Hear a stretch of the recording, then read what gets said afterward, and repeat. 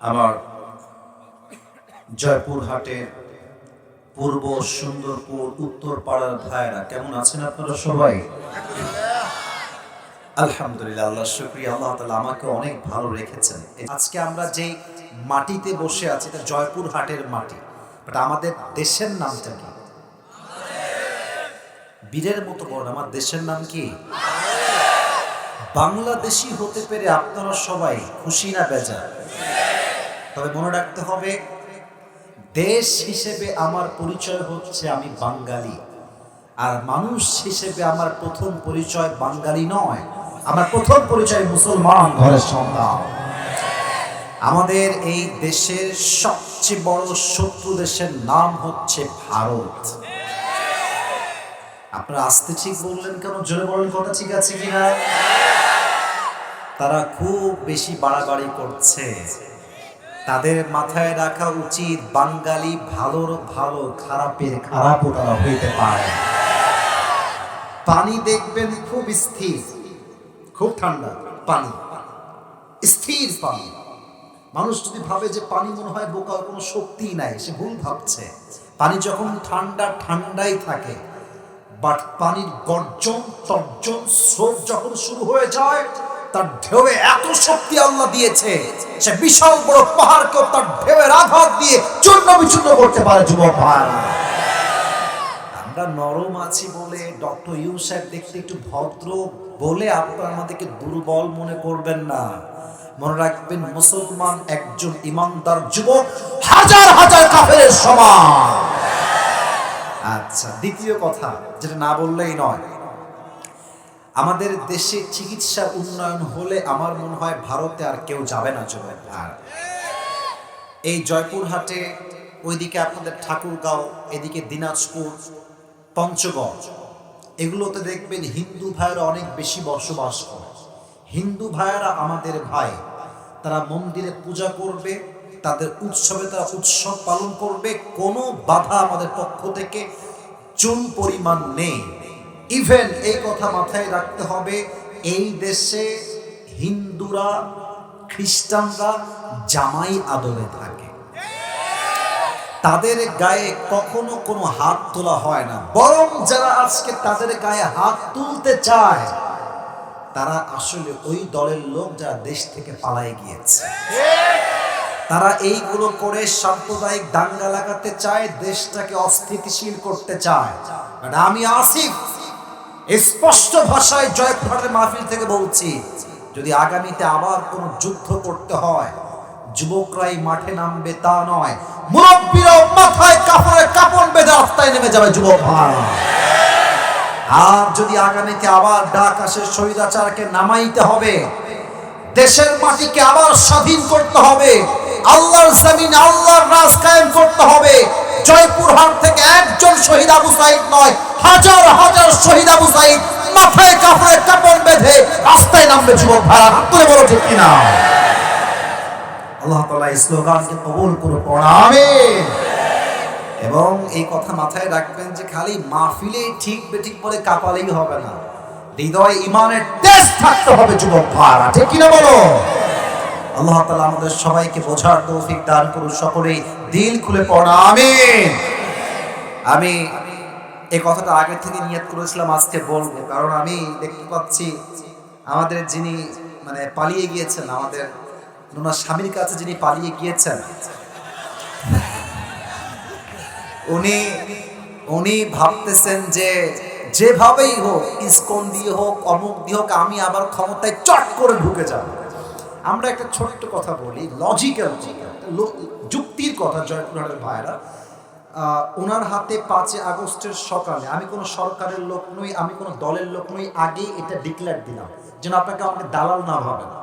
ওনার হাতে 5 আগস্টের সকালে পুলিশ ছিল, বিডিআর ছিল, র্যাব ছিল, এয়ারফোর্স ছিল, ল্যান্ড ফোর্স ছিল, আর্মি ছিল, সেনাবাহিনী ছিল, বাহিনীও তার হাতে ছিল।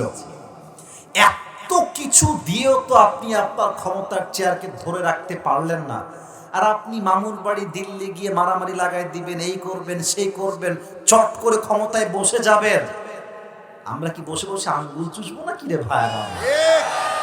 এত সহজ নয়। আল্লাহর জমিন, আল্লাহর রাজ কায়েম হবে। এই রাজ কায়েম করতে যারাই বাধা প্রদান করবে, এদের সবাইকে ওপেনলি রাস্তার মধ্যে আমরা হত্যা করতে বাধ্য হব। যুবক ভাইরা আমার, আমরা দাঙ্গা পছন্দ করি না, কাউকে আমরা আগ বাড়িয়ে মারতে যাই না, বাট আমাদেরকে কেউ আঘাত করতে আসলে আমরা চুল পরিমাণ ছাড় দিয়ে কথা বলতে পারি না। আল্লাহ আমাদের সবাইকে ঈমানি জজবা নিয়ে চলার তৌফিক দান করুন। আমিন।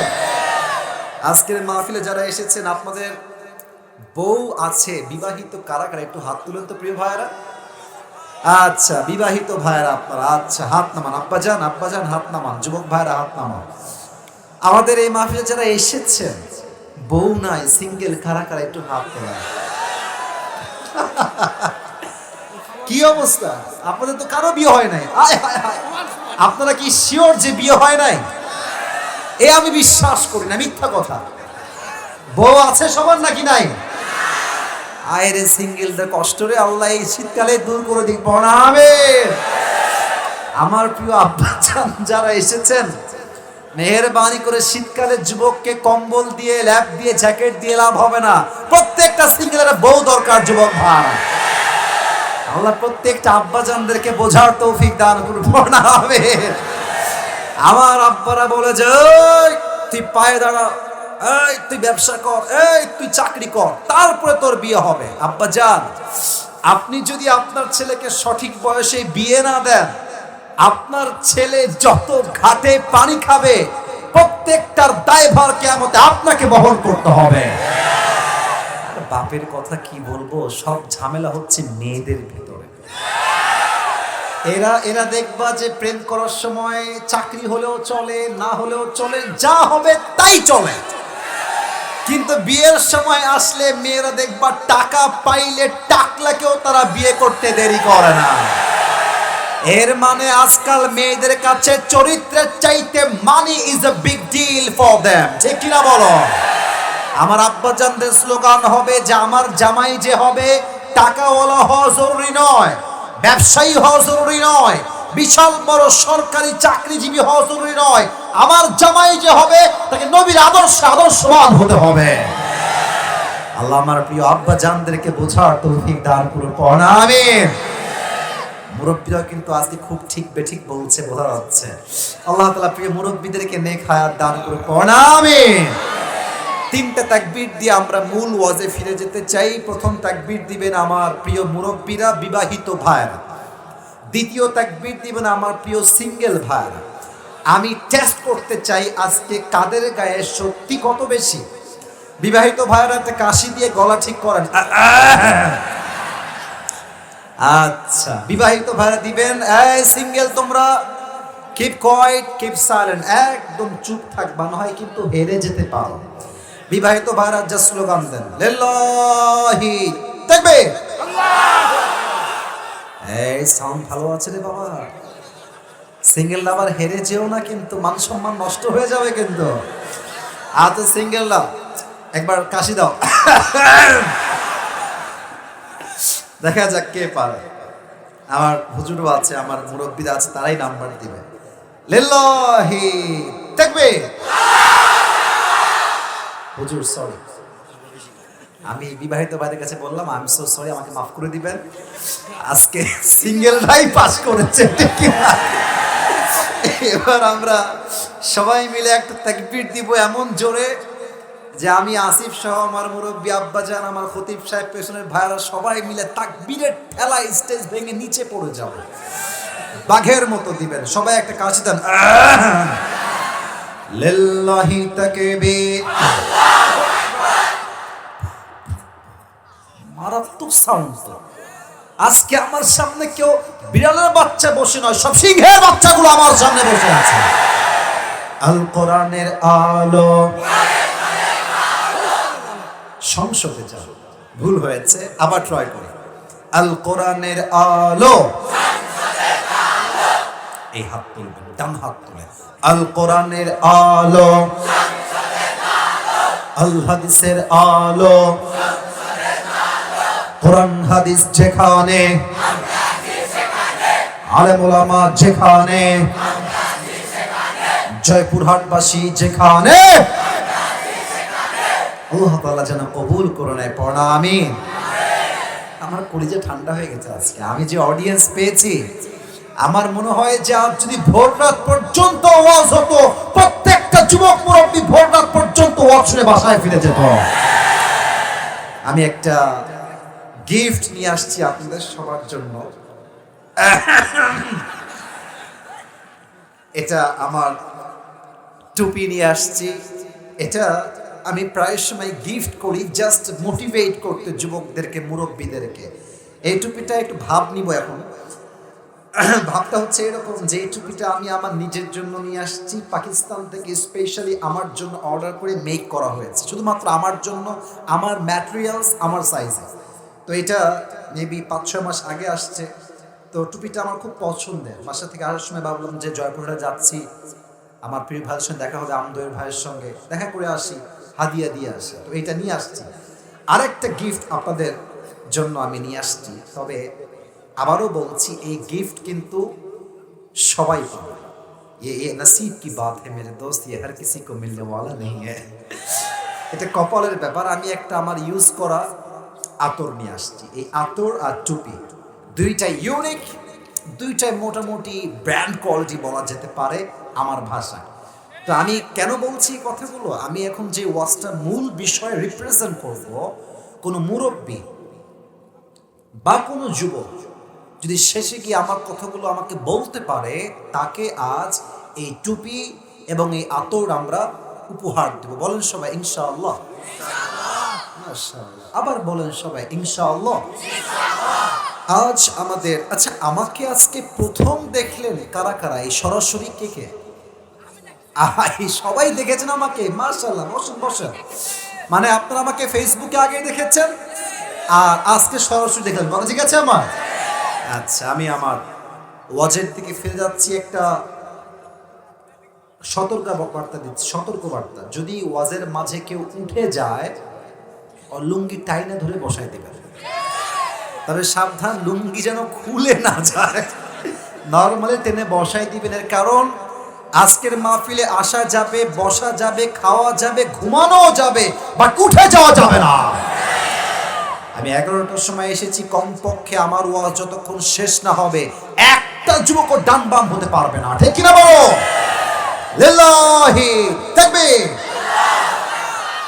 আজ আলোচনার আমাদের মূল বিষয় হচ্ছে লাইফ অফ হেয়ার আফটার, পরকালের জীবন। বলেন তো সবাই, দুনিয়ার জীবন না পরকালের জীবন? পরকালের জীবনকে আপনি আরেকটা বাক্যেও বলতে পারেন, এটা হচ্ছে আখিরাতের জীবন। রাইট, আখিরাতের জীবন। আমি কিছু প্রশ্ন করছি, ইমানি প্রশ্ন, উত্তর দিবেন দিল থেকে। এখন আমরা বসে আছি জয়পুরহাটের আমদোয়ের জমিনে। আচ্ছা প্রিয় ভাইরা, এখানে যে আমরা জীবিত আছি আজকের এই মাহফিলে, বাসায় যে জীবিত ফিরে যাব, জীবিত যে ফিরে যাব, do you have any guarantee about it? কোনো গ্যারান্টি কি আপনার কাছে আছে যুবক ভাইরা? কুল্লু নাফসিন যায়িকাতুল মউত, everyone has to take the test of death. প্রতিটা মানুষকে মৃত্যুর স্বাদ গ্রহণ করাবে একজন। আওয়াজ দিয়ে বলেন সবাই, তিনি কে?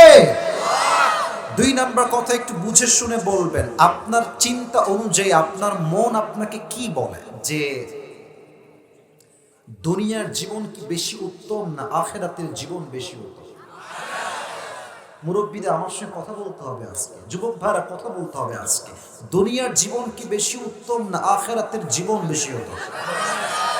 এটার দলিল বা রেফারেন্স এই কোরআনে যুবক ভাইরা বলো সবাই, আছে না নাই? আল্লাহ তাআলা বলছেন 30 নম্বর পারা সূরাতুদ দুহা, আল্লাহ তাআলা বলছেন ওয়ালাল আখিরাতু খায়রুল লাকা মিনাল উলা। আমি আল্লাহ রাব্বুল আলামিন এই দুনিয়ার জীবনের চাইতে আখিরাতের জীবনকে হাজার হাজার গুণ বেশি উত্তম করে বানিয়েছি। কোন সুবহানাল্লাহ। The life of hereafter is much more better than this worldly life. আল্লাহ তাআলা বলছেন আমি দুনিয়ার জীবনের চাইতে আখিরাতের জীবনকে কোটি কোটি হাজার গুণ বেশি উত্তম করে বানিয়েছি। আল্লাহু আকবার। এবার আমাকে সবাই দেখেন এক নজর। এই দেখার জন্য বলছি না, আয়াত বলবো তাই। আমার মানে চেহারার কাটিং দেখে, বডি দেখে, সাইজ দেখে আমার বয়স কত মনে হয় আনুমানিক? মোটামুটি 65 কে বললো রে? এই তো 25, 27, 30 এরকমই তো মনে হয় নাকি? আমি কিন্তু বুইড়া না ভাই, আমি তাগড়া যুবক বানা, ঠিক কিনা বলো?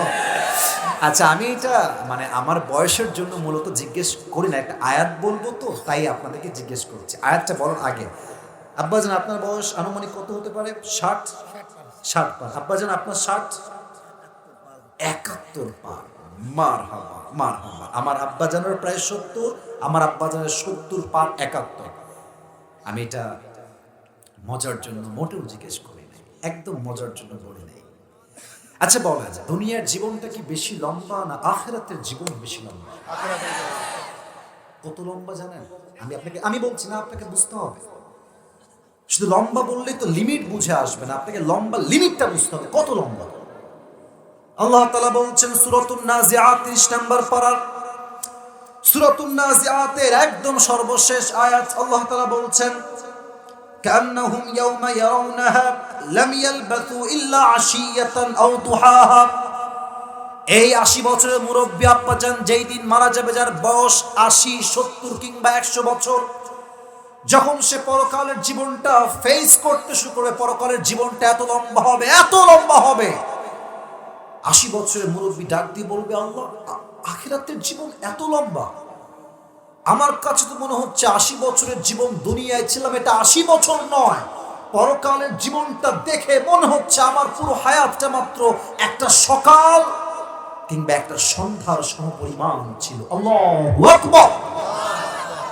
কত লম্বা সময়! 80 বছরের হায়াত মাত্র একটা সকাল কিংবা একটা সন্ধ্যার মতো মনে হবে। এবার সবাই আপনার দুটো চোখ বন্ধ করবেন, আমি 5 সেকেন্ড গুনবো, তারপর সবাই চোখ খুলবেন। এর কারণ ওয়াজ খালি ক্যামেরা আসছে, অনেকগুলো লাইট, অনেক শ্রোতা ছিল, এটার নাম ওয়াজ নয়। ওয়াজ হচ্ছে আমি কি বুঝলাম, আমি কি মানলাম, আমার জীবন পরিবর্তন হলো কিনা, দ্যাট ইজ মোস্ট ইম্পর্টেন্ট, ঠিক কিনা বলেন? আমার কথা জাস্ট কান দিয়ে নয়, দিল দিয়ে শুনতে হবে। মুরব্বীরা, আমার যুবক ভাই, আমিও চোখ বন্ধ করছি, আপনারাও বন্ধ করবেন, just for 5 seconds, only 5 seconds. 5 গুনবো আমি, আসিফ নিজেই, 5 গুণা শেষ হবে, then you will open your own eyes, তারপর চোখ খুলবেন। সবাই চোখ বন্ধ করেন 5 সেকেন্ডের জন্য। 1 2 3 4 5, চোখ খুলবেন। এবার আমি যা বলি ঠিক বেঠিক বলতে হবে না, একটু বুঝে শুনবেন। আমরা এখন বসে আছি জয়পুরহাটের ছোট্ট একটা গ্রামের ছোট্ট একটা মাঠে। কাল যখন সকাল হয়ে যাবে, কেউ যাবে স্কুলে, কেউ যাবে কলেজে, কেউ যাবে তার ব্যবসায়, কেউ যাবে তার কলেজে, কেউ যাবে তার দোকানে। প্রত্যেকটা মুরব্বী যুবক যে যার জায়গায় সকাল হলেই ছুটে যাবে। আচ্ছা, এই যে জয়পুরহাটের যে রাস্তাটা আছে, মেইন রাস্তা, এখানে আমরা যাই নওগাঁ, এদিকে আমরা দিনাজপুর যাই, এই যে মেইন রোড, যেটাকে বিশ্ব রোড আমরা বলি, পাকা রোড, বুঝে বলবেন, না বুঝে প্লিজ কথা বলবেন না আজকে আপনি, একটু বুঝে বলবেন। বাইপাস রোডে যে গাড়িগুলো যায়, স্পিড কি কম হয় না অনেক বেশি হয়? এই যে আপনার হানিফ বাস যেগুলো আছে, এগুলো তো মনে হয় 110, 20 চলে, তাই না? আমার মনে হয় কি জান, ওর এই স্পিডে যদি কেউ সামনে ঠাস করে এসে যায়, একদম পিষে যাবে, 1 সেকেন্ডে, মুহূর্তেই নাই হয়ে যাবে। আমি যা বলি বুঝে শুনবেন। কাল সকালে আপনি যাবেন নওগাঁয় বা জয়পুরহাটের মেইন শহর। আমি একটু বোঝাবার সাথে আমার হাত দেখাচ্ছি, আমার হাতের ইঙ্গিতগুলো একটু বুঝে বুঝে শুনবেন।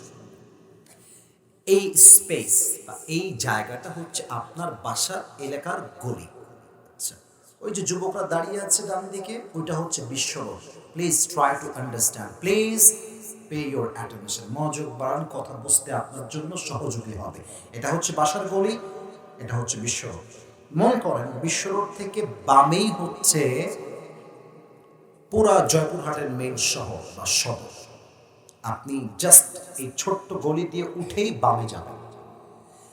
জাস্ট যখনই আপনি বাইক নিয়ে, সিএনজি নিয়ে, অটো নিয়ে, রিক্সা নিয়ে, ভ্যান নিয়ে বিশ্ব রোডে উঠেছেন, ঠিক পেছন দিক থেকে বিশাল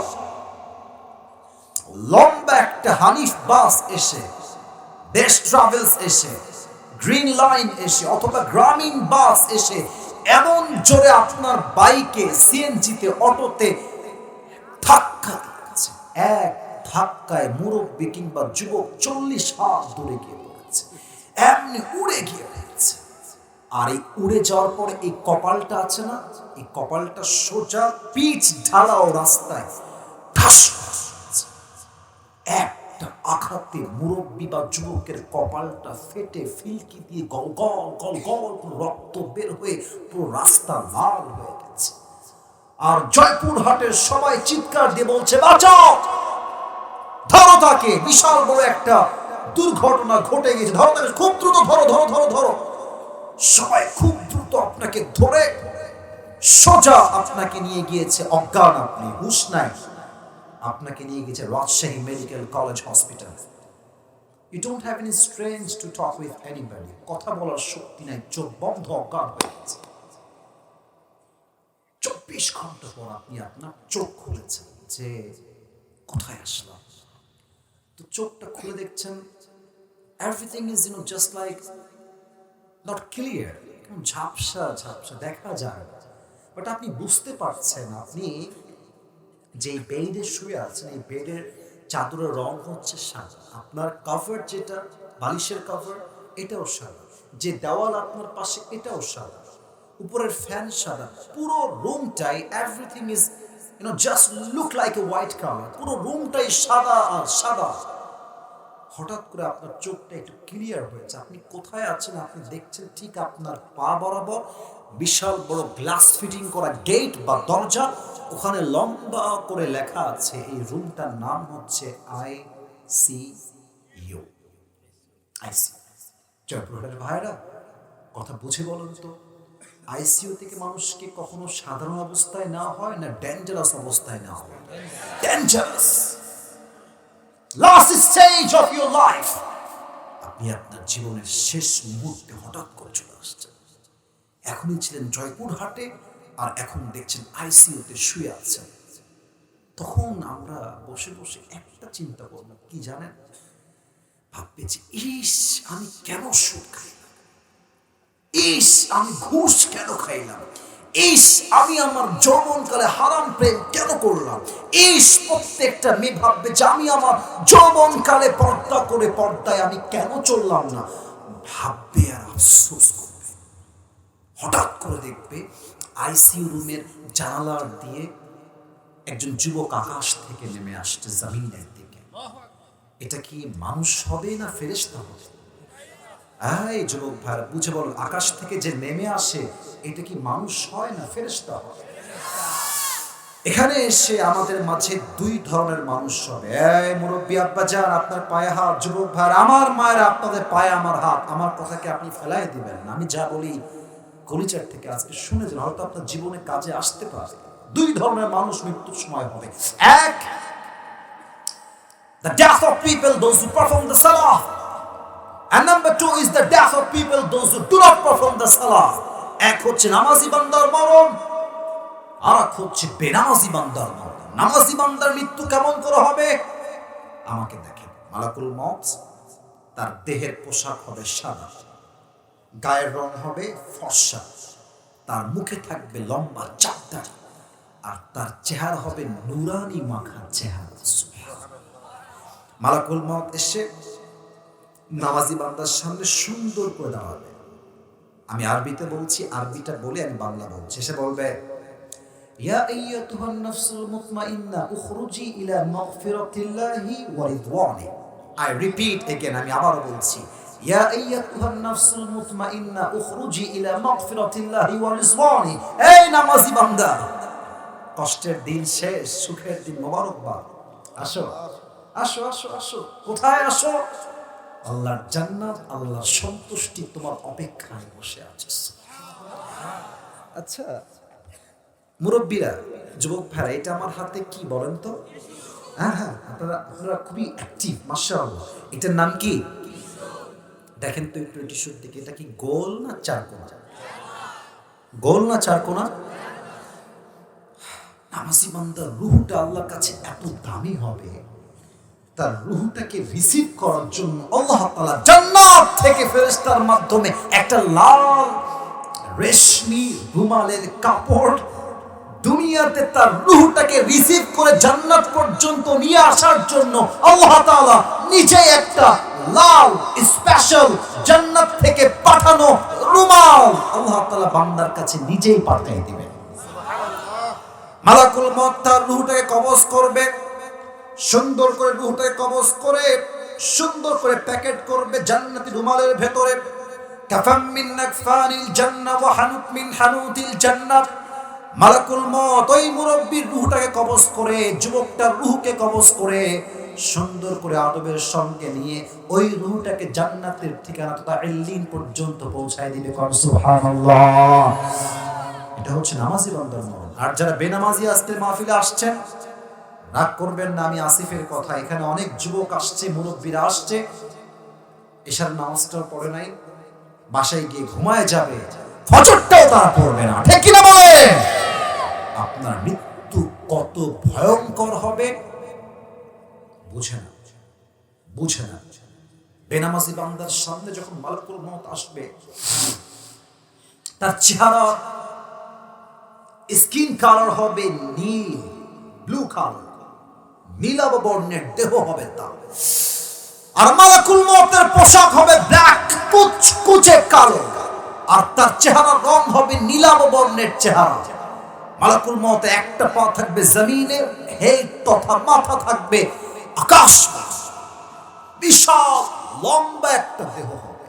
বেনামাজি মুরব্বী যখন মালাকুল মউতকে সচক্ষে দেখবে, তার ভয়ঙ্কর চেহারা, বেনামাজি যুবক, বেনামাজি মুরব্বী, বেনামাজি মেয়ে, বেনামাজি মহিলার পুরো দেহের মধ্যে মালাকুল মউতের ভয়ঙ্কর চেহারা দেখে একটা কম্পন তৈরি হয়ে যাবে, পুরো দেহটা থরথর থরথর করে কাঁপবে, এই চোখটা উঠে যাবে, বিশাল বড় হয়ে যাবে।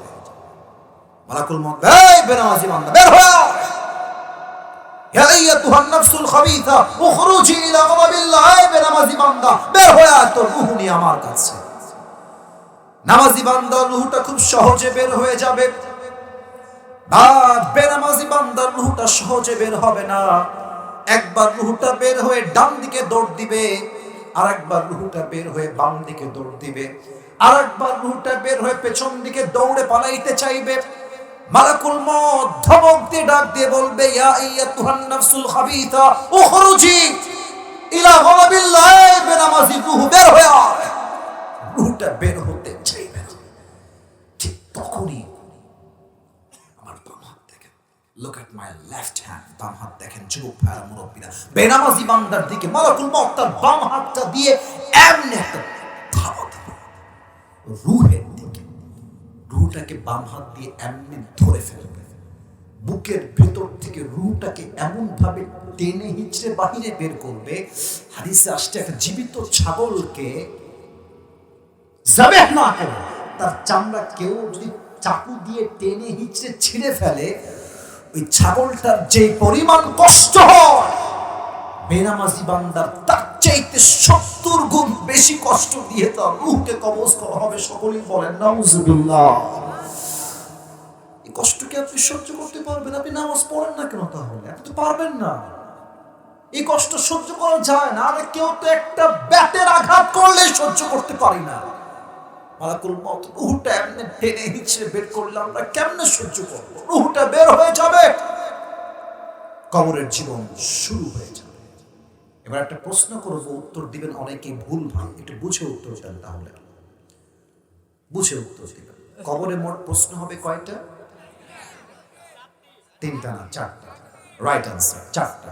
আমি প্রথম প্রশ্ন করছি, আপনার উত্তর দেন, আমার দিল থেকে উত্তর চাই। প্রথম প্রশ্ন, মার রব্বু, তোমার রব কে?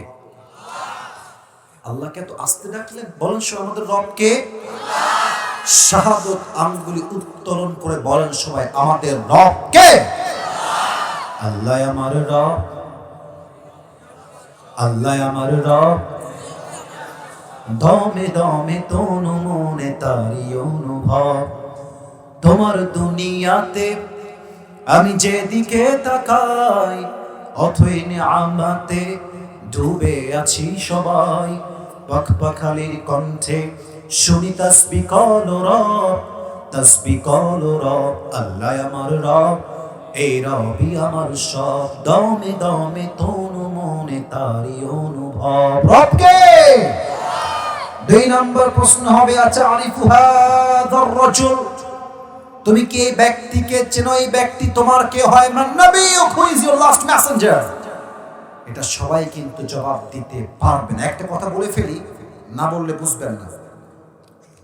আচ্ছা এটা নিচ্ছি, সমস্যা না, হুজুর লাগবে না, আমি নিচ্ছি। কালকে আমার পরীক্ষা আছে সকালবেলা। এই আব্বাজান আমার চোখে চোখ রাখেন, আব্বাজান মুরব্বীদের একটু চোখে চোখ রাখেন, যুবকরা আমার কথা আশা করছি বুঝবে। এটা হচ্ছে আমার পরীক্ষার এক্সামিনেশন হলের প্রশ্নপত্র, ঠিক আছে? আর এটা হচ্ছে আমার বই, যেই বই থেকে প্রশ্ন হবে।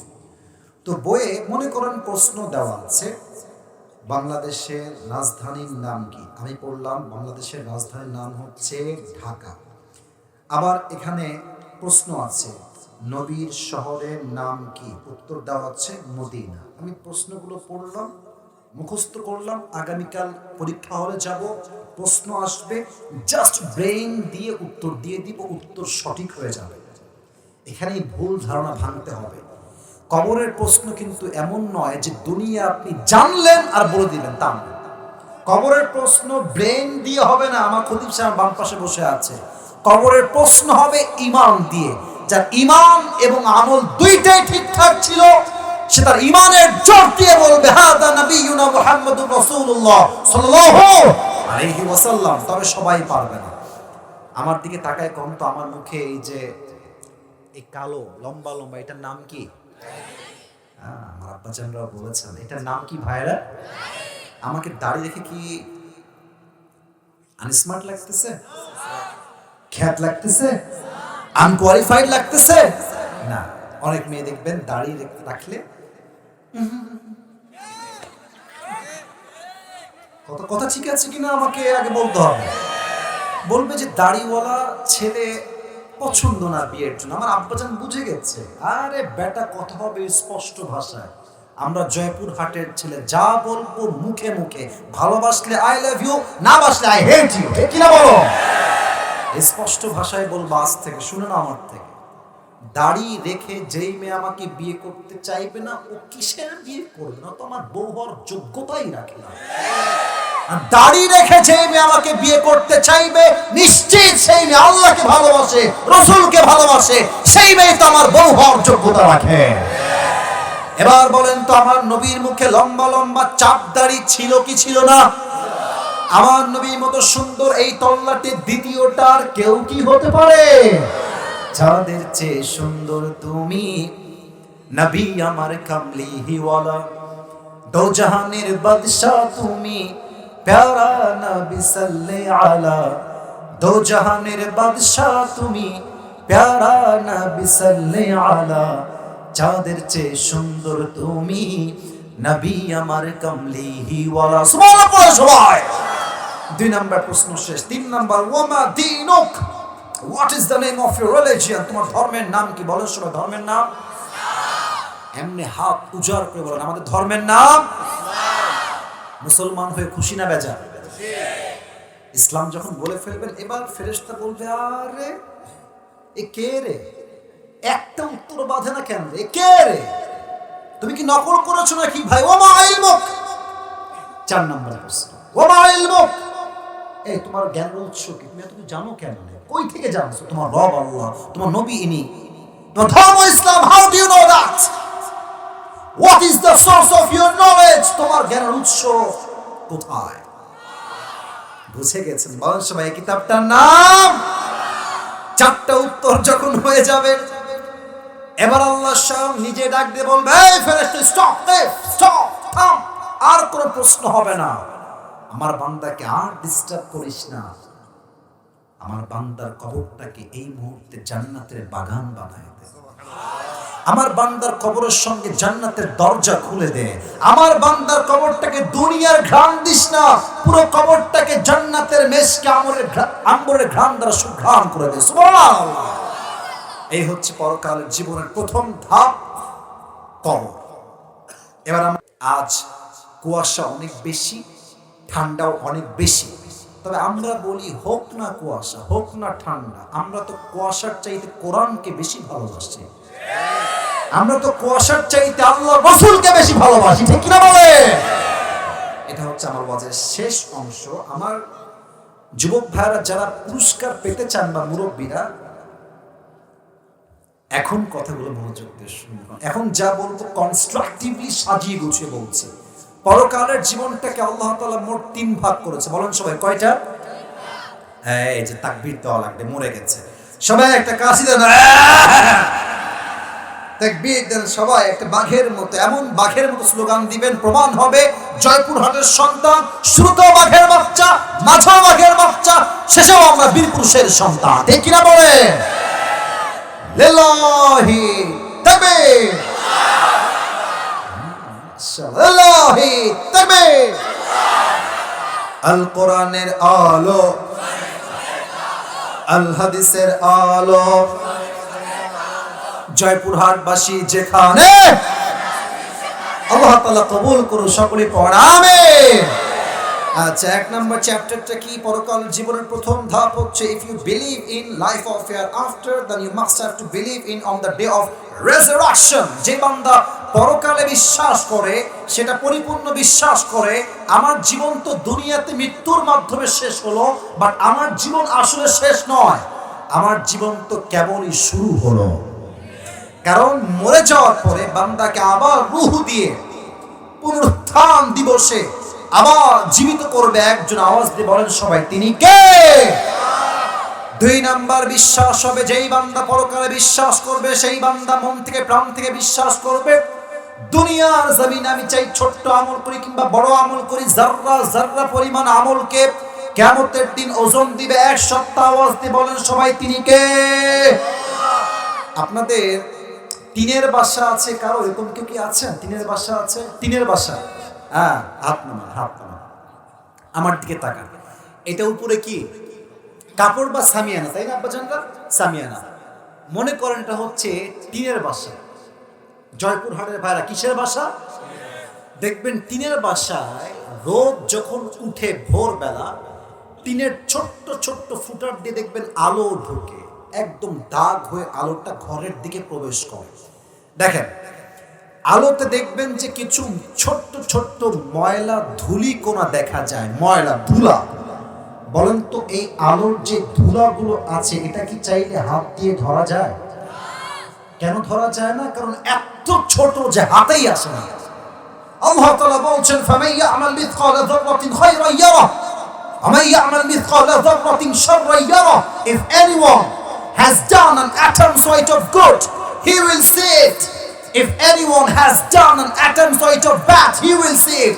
যাররা যাররা শস্যের দানা পরিমাণ ভালো আমল ওজন হবে, শস্যের দানা পরিমাণ খারাপ আমল আল্লাহ তাআলা মিজানের পাল্লায় ওজন দিবে, ঠিক কিনা বলে? এবার একটা উত্তর করেন, ডান আমল বাম আমল, এটা ডান এটা বাম। প্রিয় ভাইরা, জান্নাতে যাওয়ার জন্য 100 আমলে কত আমলের দরকার? হ্যাঁ, রাইট আনসার। আবার সবাই বলেন 100তে লাগবে কত? 51। ডান আমল বাম আমল। আমার হাত দেখেন, আমি হাদিসটা প্র্যাকটিক্যালি বোঝাই। দুইটাকে ওজন দেওয়া হয়েছে।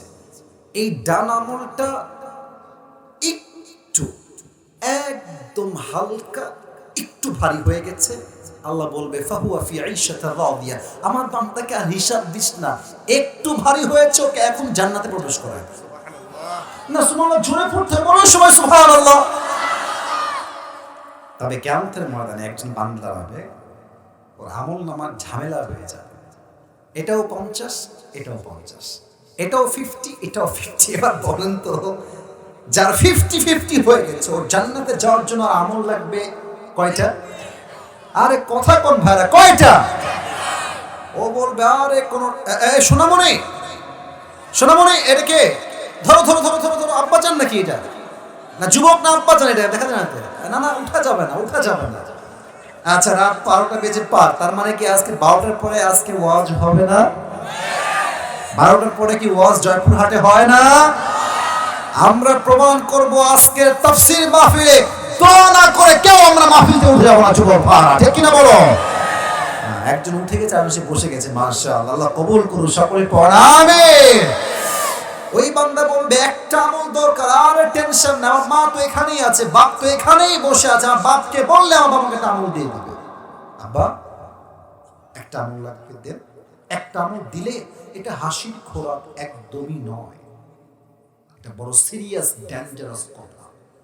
এখানে আপনার আব্বা বসে আছে, আমার আব্বা রাজশাহীতে আছে, আমার মা আছে, আমার মা আমাকে এত ভালোবাসে, এটা কোনো বলার ভাষা আমার কাছে নাই। আপনার মা আপনাকে এত এত ভালোবাসে, এটার ভাষা আপনার কাছে প্রকাশ করার নাই। আব্বা বলবে, কিসের আব্বা? কে আব্বা? আমার তো দুনিয়ায় কোনো ছেলেই ছিল না, বের হয়ে যাও। কিসের একটা আমল? বের হয়ে যাও। ও তো আকাশ থেকে, আব্বা আমাকে একটা আমলের জন্য চিনতেই পারছে না, একটা আমলের জন্য। আচ্ছা, আমার মা আমাকে চিনবে আজকে, আব্বা চিনলে তো কি হয়েছে, আমার আম্মা আমাকে ভালোবাসে। আম্মা, একটা আমল হলেই তোমার ছেলে জান্নাতি হয়ে যাবে, একটা আমল আম্মা আমাকে আজকে ভিক্ষা দাও। আম্মা বলবে, তুমি কে? কিসের আম্মা? কই আম্মা? কে আম্মা? কিসের আম্মা? আমার তো দুনিয়ায় কোনো ছেলেই ছিল না, কিসের আম্মা? বের হয়ে যাও। মাথায় টনক নড়ে যাবে, মা চিনছে না আজকে জাস্ট একটা আমলের জন্য আমাকে। আমার কলিজার টুকরা বউ আমাকে আজকে চিনবে। আরে বউ, একটা আমল দাও, একটা আমল দিলেই তোমার স্বামী আর জান্নাতি হয়ে যাবে, তোমাদের জন্য, সন্তানের জন্য। আমি তো গরুর মতো দুনিয়ায় খেটেছি, মাথার ঘাম পায়ে ফেলেছি, সারাটা জীবন তোমাদের জন্য তেজ পাতা করে ফেলেছি। একটা আমল দাও বউ, একটা আমল দিলেই তোমার স্বামী জান্নাতি হয়ে যাবে। বউ বলবে, কিসের স্বামী? বের হয়ে যান, ও খরচ, বের হয়ে যাও, গেট আউট ফ্রম হিয়ার। কিসের স্বামী? আমি তো বিবাহিতই ছিলাম না, বের হয়ে যাও। ছেলে, সন্তান, বউ, বাচ্চা, কেউ আপনাকে চিনবে। ওই যুবকটা হঠাৎ করে এত কিছু দেখে ঠাস করে বসে যাবে, আয় হায়, একটা আমল কেউ দিবে না আমাকে আজ।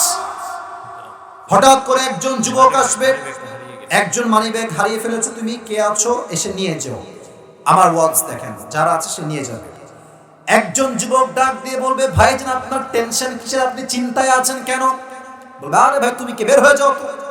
বাপ চিনছে না, মা চিনছে না, তুমি কই থেকে আসছো আমাকে হেল্প করার জন্য? বের হয়ে যাও তো, আমার কোনো সমস্যা, তুমি যাও ভাই।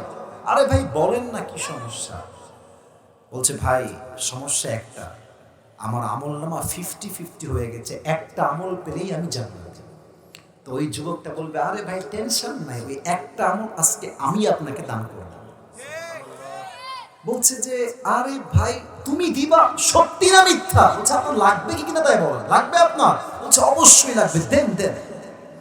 একটা আমল সোজা আল্লাহর কাছে দৌড় দিবে, আল্লাহ একটা আমল দরকার ছিল, আমি একটা আমল পেয়ে গিয়েছি, আমাকে এখনই জান্নাত দাও। আল্লাহ বলবে, এই তোরে একটা আমল কে দিয়েছে রে আজকে? বাপ দেয় না, মা দেয় না, বউ দেয় না, বাচ্চা দেয় না, সন্তান দেয় না, কে দেয় তোকে একটা আমল আছে? কে দিয়েছে? কে?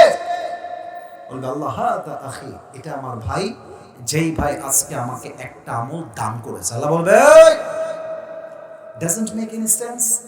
দিমাগ তো ঠিক है, মাথা ঠিক আছে তো? বাপ দেয় না, মা দেয় না, বউ দেয় না, সন্তান দেয় না, কেউ দেয় না, তুই একটা আমল কেন দান করলি বান্দা? ওই বান্দা বলবে, আল্লাহ আমার কাছে আমল আছেই মাত্র একটা। আছেই কয়টা? তো এইটা থাকলেও কি, না থাকলেও কি, আমি তো এমনি জানি না। তা আমি ভাবলাম যে আমার একটা আমল দিয়ে যদি আমার ভাই জান্নাতি হয়ে যায়, দোষ কি? আমি আল্লাহর দিকে তাকায় দয়া করে, মায়া করে ওই একটা আমল তাকে দান করে দিয়েছি। আল্লাহ বলবে, ও আচ্ছা আচ্ছা, তার মানে তুমি আমার চাইতে বেশি দয়াময় হতে চাও? তুমি কি আমার চাইতে বেশি মায়াময় হতে চাও? No, absolutely wrong idea. Anar Rahman, আনার রহিম, I am the most merciful, I am the most gracious, I am the most kindful Lord. আমার মতো দয়াময়, মায়াময় প্রভু আর কেউ হতে পারে না। তুমি যে আজকে একটা আমল পেয়েছো, তুমি একা জান্নাতে যেও না। যে তোমাকে একটা আমল দান করেছে তাকে নিয়ে দুইজন একসঙ্গে জান্নাতে প্রবেশ করো। 100 আমল লাগবে, 51। এই আমল বড় দামি জিনিস। আমাদের নেতা সাহেব যারা আছেন, আপনারা সবাই বজলুর রশিদ হুজুরের নাম শুনছেন? হ্যাঁ, শুনবেন না কেন? উনি কিন্তু এদিকে খুব আসেন। আমার একটা কথা জাস্ট আমলের ক্ষেত্রে মনে পড়ে গেল, তাই বলছি, বলা যাবে না? আসছে, বুঝতে পারছি। দেখেন, আজকালকার যারা নেতা আমরা দেখেছি আগে, এরা নামাজকে নামাজের জন্য নয়, নামাজকে ভোট পাওয়ার জন্য ব্যবসা হিসেবে, হাতিয়ার হিসেবে ইউজ করে। বলছিলেন যে উনি একটা এলাকায় মাহফিলে গেছে, ওই মেবি টাঙ্গাইল বা বগুড়া এরকম একটা জেলার নাম হবে, আমি ভুলে গেছি। তো ওয়াজ করছে হুজুর, রাত্রে 12টা বেজে গেছে। ওয়াজ মানুষ খুব মনোযোগ দিয়ে শুনছে, এভাবে বসে বসে হঠাৎ করে পেছন থেকে স্লোগান দিচ্ছে, নেতা সাহেবের আগমন, শুভেচ্ছা, স্বাগত। একেবারে সব চামচাগুলো চিল্লাচ্ছে একেবারে। নেতা সাহেব উঠে স্টেজ আসছে, ডান পাশে বসেছে। বলছে, আমাকে মাইকটা এখনই দিলে খুব ভালো হয়, আমি খুব ব্যস্ত, তো মাইকটা এখনই দিলে আমার জন্য খুব ভালো হয়। হুজুর বলছে, অন্য জেলার থেকে ওয়াজ করতে আসছি, মাইক খাওয়ার আগে মাইক দিয়ে দেওয়াই ভালো হবে। তো মাইকটা দিয়ে দিয়েছে। এই যে হ্যান্ড মাইকটা এখানে আছে, হ্যান্ড মাইকটা ধরেই বলছে, প্রিয় ভাই আমার, নামাজ নামাজ নামাজ, সালাম কালাম কিছু না, খালি নামাজ আর নামাজ। হুজুর দেখছে, বাপরে, কথার আগেও নামাজ, মাঝেও নামাজ, শেষেও নামাজ। यार ये तो जन्नत से भाग के दुनिया में आई है। এত ভালো তো আমি আজীবনও দেখি নাই রে বাবা। নামাজ, প্রিয় ভাইরা, নামাজ নামাজ ছাড়া জীবনে কোনো গতি নাই। ডায়লগ দিয়ে নেমে গেছে। এখন হুজুর ভাবছে, এর তো খবর নেওয়া লাগবে, কত ভালো নেতা। নেতার কিছু চামচা থাকে না? আরে ভাই, কথা বল, থাকে না? তো ডান পাশে এই পাশে দাঁড়াচ্ছিল, ওকে হুজুর ধরছে, এদিকে। তো নেতা তো খুব ভালো নামাজ পড়ে রে, কমপক্ষে তো 70-80 টাকা তাহাজ্জুদ তো অবশ্যই পড়ে। তো ছেলে খুব বদমাইশ, এদিককার ভাষা রাগ করবেন না। ছেলে হুজুর যেমনি বলছে আমি তেমনি বলা ট্রাই করছি। ছেলে হুজুর কানে কানে বলছে, হুজুর 5 ওয়াক্ত নামাজ, এর সঙ্গে 5 দিন একসঙ্গে আছি, এই শালা 1 ওয়াক্ত নামাজ পড়ে। তার মানে আপনারা কি বুঝলেন? কিছু নেতা আছে নামাজকে ধর্মের জন্য নয়, আল্লাহর জন্য নয়, ভোটের জন্য ব্যবসা হিসেবে ইউজ করে। যুবক ভাড়া ঠিক কিনা বলো? ওই আমল যতই হোক, আমাদের একজন নেতা ছিলেন বাংলাদেশে, উনি বলতেন যে আমি তো ডেইলি দিনে 70-80 টাকা তাহাজ্জুদ আমি একাই পড়ি। তো নাম বলতে হবে, নাম বলতে বলছি আমি। তো এরা আজকে কোথায়? এদের ডায়লগ গুলো আজকে কোথায়? এটাই প্রমাণ এই দেশের কিছু নেতা আছে নামে ধর্মের কথা বলে, বাট কামে বিন্দুমাত্র ধর্মের নাম নাই। যুবক ভাড়া আমার ঠিক কিনা বলো? আউয়ালু মা ইউহাসাবু বিহিল আবদু ইয়াউমাল কিয়ামাতি আস-সালাহ। কিয়ামতের দিন আল্লাহ তাআলা বান্দার প্রথম আমলের হিসাবই নেবেন নামাজ সম্পর্কে। আপনারা সবাই মিজানুর রহমান আজহারী নাম শুনছেন তো? আজহারী নাম শুনছেন না সবাই আপনারা? আচ্ছা, আজহারী সাহেব, ওনার কিন্তু রাজশাহীর বাগমারায় আসার কথা ছিল, ডেট ছিল। তো উনি কারণবশত আমাদের দেশের তৎকালীন যারা ছিলেন তারা ওনাকে জামাতের ট্যাগ দিয়ে বিদেশে পাঠিয়ে দিয়েছেন। এখন কথা হবে একটা, হক কথা বললে যদি জামাত হয়ে যায়, আমার জামাত হতেও রাজি আছে। যুবক ভাইরা ঠিক কিনা বলো? আমাদের কথা একটা, কোনের পক্ষে যারাই কাজ করবে আমরা তাদের পক্ষ হয়ে কাজ করব, ঠিক কিনা বলে? তবে আজহারী সাহেব ইনশাআল্লাহ হয়তো নেক্সট মান্থে আসবেন, বাংলাদেশে তিনি কিছু প্রোগ্রাম করবেন বলেই তিনি আশ্বস্ত করেছেন এবং আমরা দেখতেও পেয়েছি। আমাদের বিশ্বাস আগামীতে আজহারী সাহেব বাংলাদেশে আসবে। তবে একটা কথা, আমার ব্যক্তিগত চিন্তা, আপনারা রাগ করবেন না, কারণ শেষের দিকে চলে আসছি, মন থেকে কথাগুলো বলছি। আমার বিশ্বাস সাইদি সাহেব বেঁচে থাকলে আজকে বাংলাদেশে 80% ইসলামের রাজ কায়েম হয়ে যেত। যুবক ভাই, ওরা বুঝে গেছে যে সাইদি সাহেব বেঁচে থাকলে আমাদের কখনো ভালো দশা হবে না। আমি স্পষ্ট ভাষায় বলছি, সাইদি সাহেব মারা যান নাই, তাকে মরতে, হত্যা করতে বাধ্য করা হয়েছে। যুবক ভাই, আমার একটা কথা স্পষ্ট ভাষায় বলতে চাই, সাইদি সাহেব ছিলেন, আজ নাই। আজহারী আছে আজ, আগামীতে হয়তো থাকবেন না, শেষ হয়ে যাবে। আমি আছি, আজকে আছি, আগামীতে নাও থাকতে পারি। বাট একটা সাইদি মরলে কি হবে? হাজার হাজার সাইদি আল্লাহ নিজেই তৈরি করে দেবে ইনশাআল্লাহ। সাইদি সাহেবের একজন বলতে গেলে সুযোগ্য বলতে পারে আজহারী সাহেব। ওনার পরে ওনার জনপ্রিয়তা সবচেয়ে বেশি ছিল আমাদের বাংলাদেশে, এখনো আছে। তো আজহারী সাহেবের একজন নানা ছিলেন, তোমরা হয়তো যুবকরা চিনবা, গোলাম সারওয়ার সাইদি হুজুর। আমি আসিফের চেহারা কত সুন্দর, ওনার চেহারা আরো সুন্দর। আমার চেয়ে বয়স হবে প্রায় কমপক্ষে 30 বছর বেশি, 40 বছরও বেশি।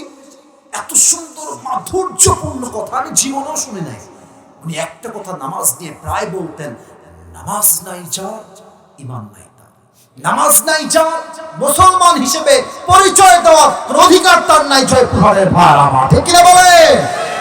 নামাজ হচ্ছে মুসলমানের জীবনের প্রথম পরিচয়। এই হচ্ছে নামাজের প্রথম হিসাব।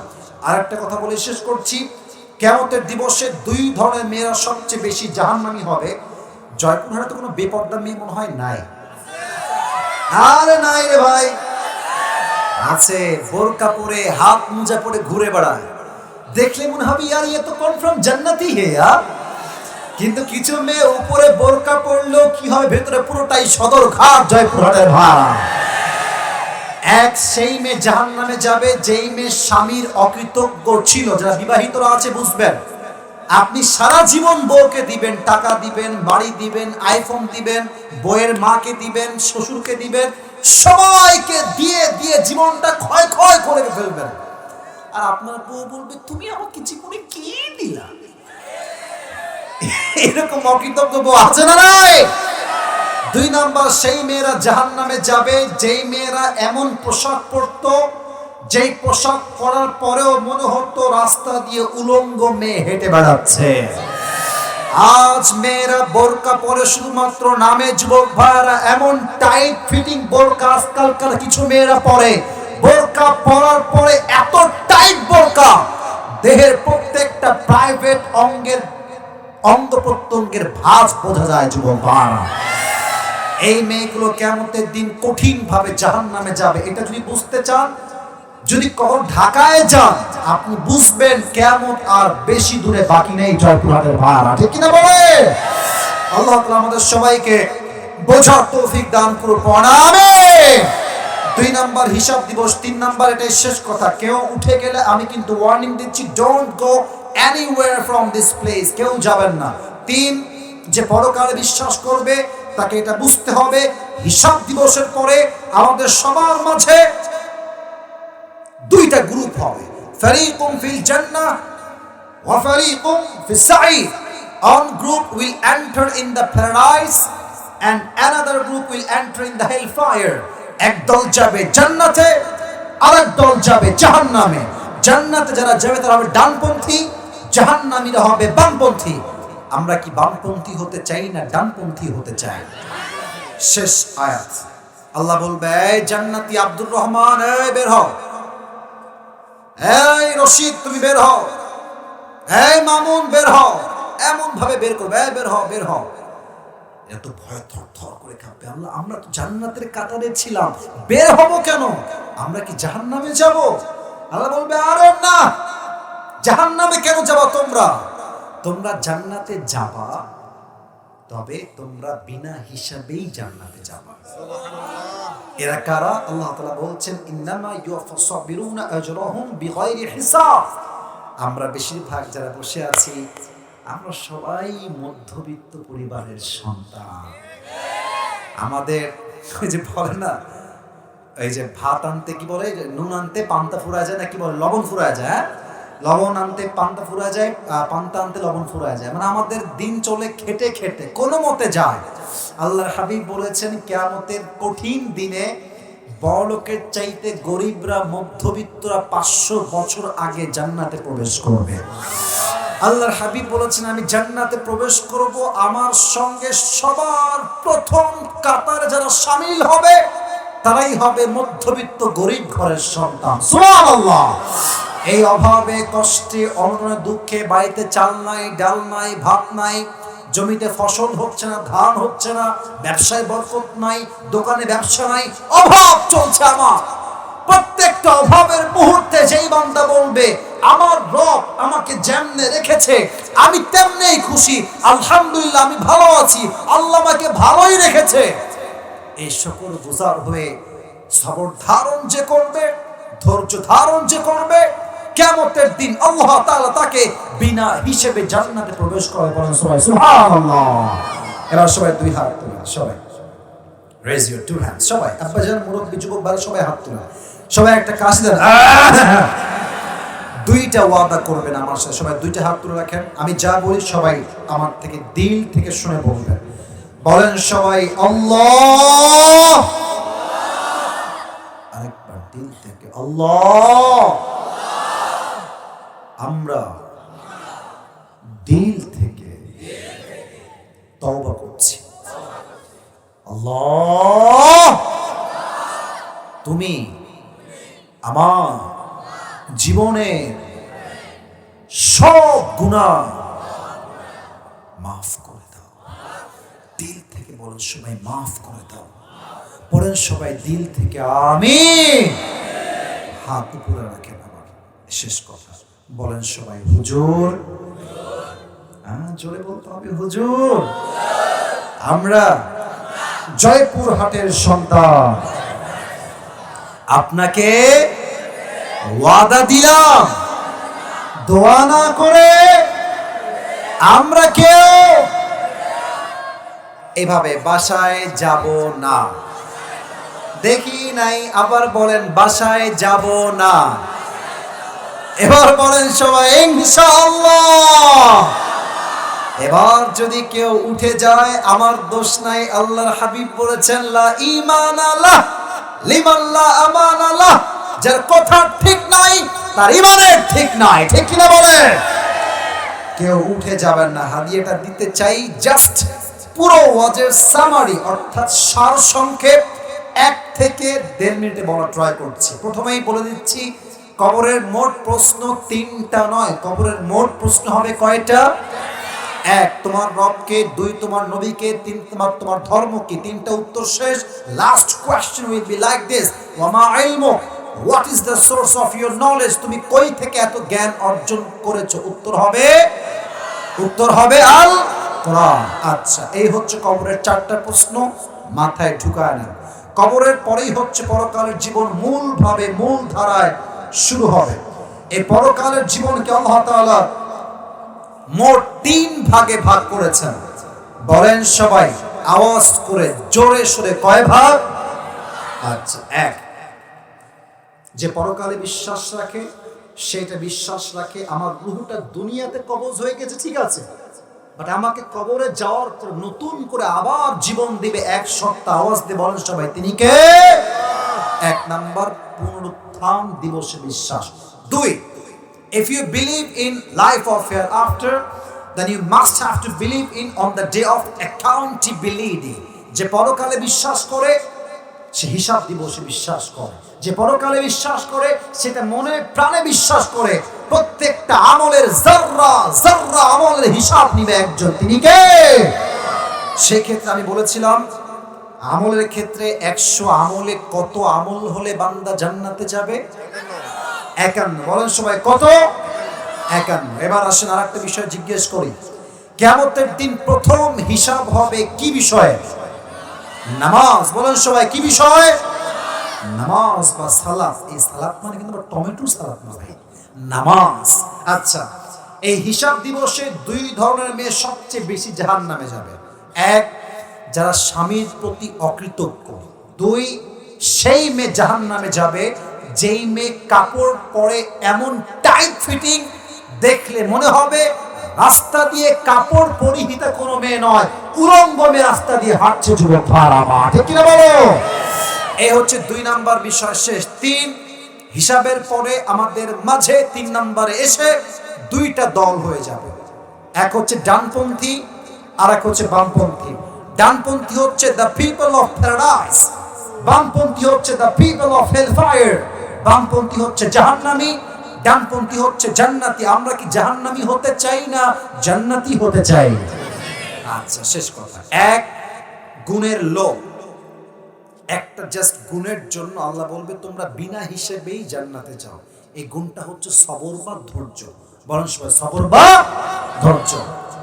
কবরের 4টা প্রশ্ন এবং পরকালের জীবনের 3টা ধাপ।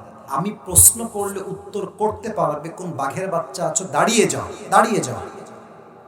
আচ্ছা, 1 2 3 4 5 ইউটিউবার নাকি?